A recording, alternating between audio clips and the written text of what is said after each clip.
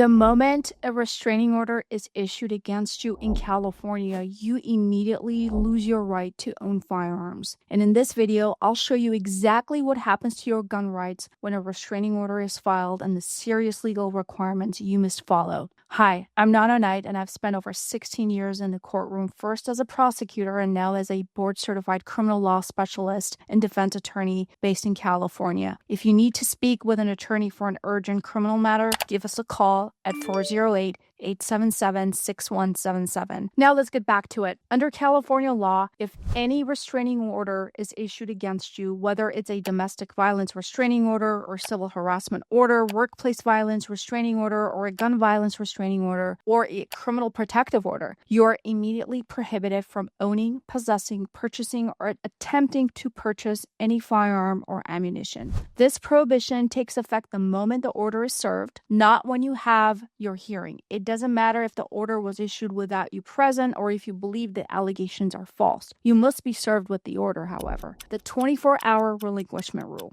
Once served with a restraining order, you have 24 hours to surrender all firearms in your possession. You must either turn them over to law enforcement or sell them to a licensed gun dealer. There are no exceptions for hunting rifles, collectibles, or firearms you use for work. Law enforcement or the gun dealer must provide you with a receipt, and you must file this receipt with both the court and the law enforcement agency within 48 hours. Failure to file this receipt constitutes a violation of the restraining order itself. There's also a mandatory court review process. California courts are required to conduct a record search through the automated firearm system before issuing any restraining orders to determine if you're believed to possess firearms. If there's reason to believe you own guns, the court will schedule review hearings to verify you've complied with the relinquishment requirement. These aren't suggestions, they're mandatory court proceedings. Missing these hearings or failing to provide proof of their relinquishment can result in contempt of court charges and additional criminal penalties.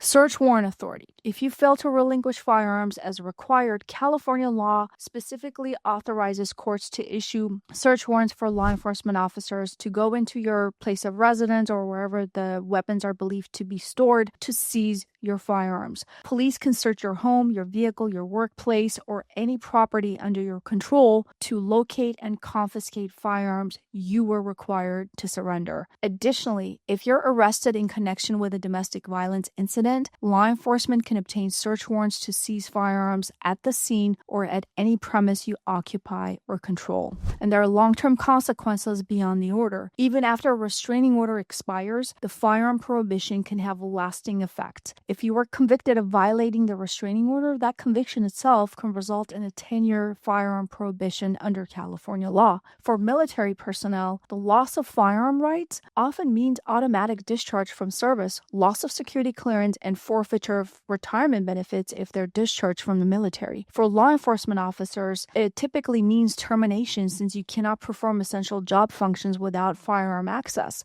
The penalties for violating these firearm restrictions are severe. Possessing a firearm while subject to a restraining order is a felony under both state and federal law, punishable by up to 1 year in county jail and potential federal prosecution. So if you're facing a restraining order or have been served with one, don't assume you can figure out the firearm requirements on your own. You can call Night Law at 408-877-6177 to schedule a consultation where we can review your specific situation and ensure that you comply with all the legal requirements while protecting your rights.